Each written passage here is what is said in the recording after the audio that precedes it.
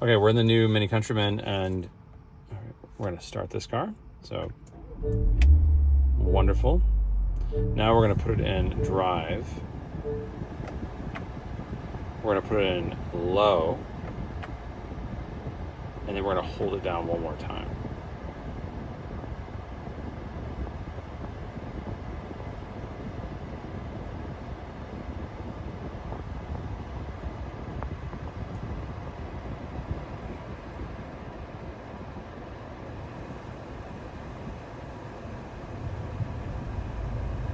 And after that much time, you'll see we now have M1. What's that mean?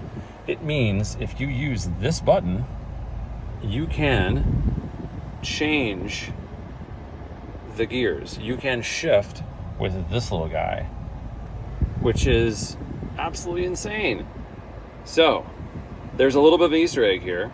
It might be like a diagnostics mode. I don't know what it is, but it allows Countryman without shift paddles to manually shift the car. So huge pro tip for anybody who doesn't have shift paddles, you can still operate this thing like you've got them. Not bad, Mini.